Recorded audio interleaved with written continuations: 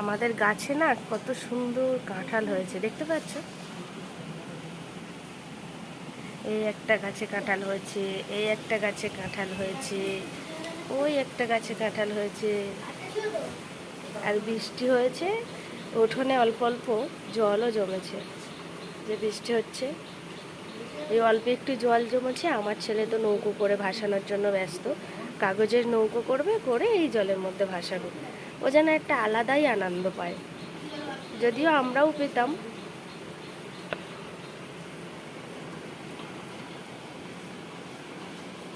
আর এই যে বিল্ডিংটা দেখা যাচ্ছে, এটা না মিষ্টির কারখানা, জ্যোতি মিষ্টি কারখানা এটা। এই কারখানায় জ্যোতির যত মিষ্টি তৈরি হয়, ওই যে তৈরি করছে সব, এই যে বিল্ডিংটায়।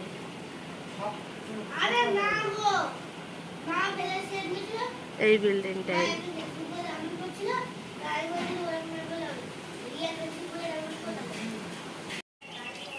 এবার মনে হচ্ছে গরমে একটু স্বস্তির নিঃশ্বাস পাওয়া যাবে।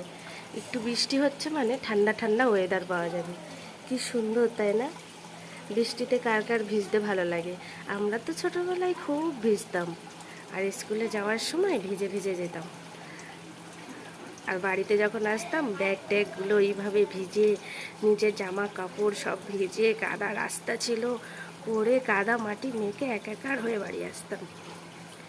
আর এখন এমন দিন হয়েছে, এখন বৃষ্টিতে ভিজতেই ভয় লাগে। নিজের ছেলেপুলেদেরকেও বৃষ্টিতে ভিজতে দিই না, ঠান্ডা লেগে যাবে, জ্বর হবে, এই সমস্ত বলে। যদিও আমার ছেলেটা বৃষ্টিতে ভেজার জন্য খুব বায়না করে, আর খুব আনন্দ নেয় বৃষ্টিতে ভেজার জন্য। তো যতটা হেঁকে রেখে না ভিজতে দেওয়া যায়, সেটাই চেষ্টা করি। কি সুন্দর, তাই না? এই গরমে একটু স্বস্তি পাওয়া যাবে, ঠান্ডা ঠান্ডা ওয়েদার হবে। কি সুন্দর লাগে না পরিবেশটা বৃষ্টির সময়? আমার তো খুব সুন্দর লাগে।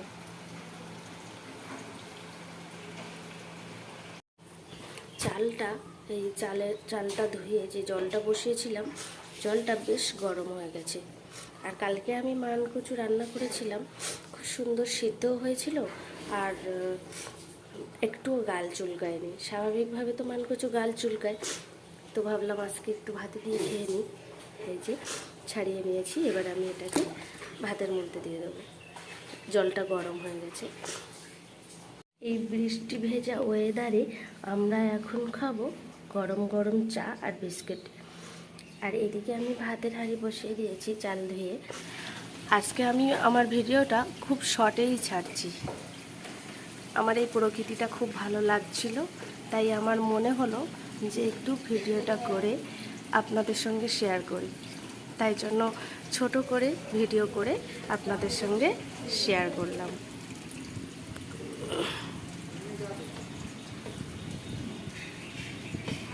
তো আজকে ভিডিও আমার এই পর্যন্ত। দেখা হবে আবার একটা নতুন ভিডিও নিয়ে।